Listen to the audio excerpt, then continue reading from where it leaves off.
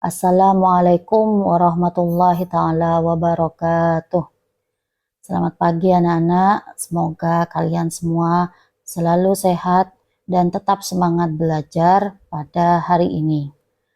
Sekarang kita sampai pada pembahasan bab 3 tentang keteladanan Khalifah Utsman bin Affan, sang pemimpin dermawan dan pembukuan Al-Quran. Masa muda kemilau. Nama asli Khalifah Utsman adalah Utsman bin Affan bin Abil As bin Umayyah. Lahir di Makkah tahun 574 Masehi. Beliau dikenal sebagai pedagang yang kaya dan dermawan, serta memiliki akhlak yang mulia dan terhormat. Sebelum memeluk Islam, Utsman bin Affan dikenal sebagai orang kaya dan dermawan. Utsman adalah pedagang yang terkenal dan makmur di Makkah.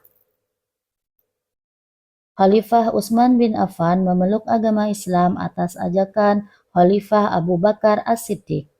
Khalifah Utsman bin Affan termasuk as-sabiqun al-awwalun, yakni golongan yang pertama masuk Islam. Semenjak memeluk agama Islam, Khalifah Utsman kerap menerima siksaan dari pamannya, namun tidak menyurutkan kegigihan beliau untuk tetap teguh memeluk agama Islam. Khalifah Utsman bin Affan menikahi dua putri Nabi Muhammad SAW, yakni Ruqayyah dan Ummu Kulsum. Oleh sebab itu, Khalifah Utsman dikenal dengan gelar Dzun Nurain. Khalifah Utsman bin Affan merupakan khalifah ketiga setelah wafatnya Khalifah Umar bin Khattab. Beliau dibaiat pada akhir bulan Zulhijjah tahun 23 Hijriah pada usia 70 tahun. Dalam masa kepemimpinannya sebagai khalifah, beliau kerap menghadapi berbagai fitnah dan pemberontakan. Meskipun banyak kesulitan yang dihadapi oleh Khalifah Utsman bin Affan dalam masa kepemimpinannya sebagai khalifah, beliau tetap teguh dalam menjalankan amanahnya. Terbukti, beliau memperluas wilayah kekuasaan Islam mulai dari Afrika Utara, kawasan Persia, Iran, Afghanistan, Turkmenistan, wilayah-wilayah di Asia Tengah, sampai wilayah Azerbaijan dan Armenia. Dalam masa keemasan kepemimpinan Khalifah Utsman bin Affan, bukan hanya memperluas wilayah Islam, beliau juga membangun Angkatan Laut Islam, memperluas Masjid Nabawi, membangun jalan-jalan dan jembatan, serta membukukan Al-Quran. Pengumpulan Al-Quran merupakan salah satu prestasi terbesar Khalifah Utsman bin Affan. Kebijakan ini diambil agar tidak ada perbedaan bacaan di kalangan umat Islam. Mushaf ini dikenal dengan sebutan Mushaf Utsmani.